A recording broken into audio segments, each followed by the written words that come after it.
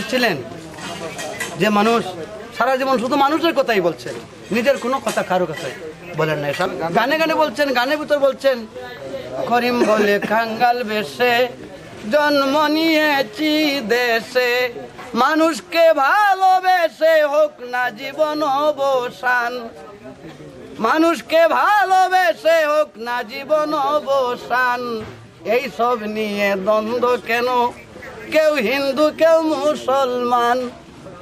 উনি কারো কোনো সময় কোনো খারাপ কোনো সমালোচনা করেন নাই, জীবনও আমার জীবনে আমি শুনছি না কারো কোনো রকম সমালোচনা করতে, আর সবকে উনি আপন মনে করতেন।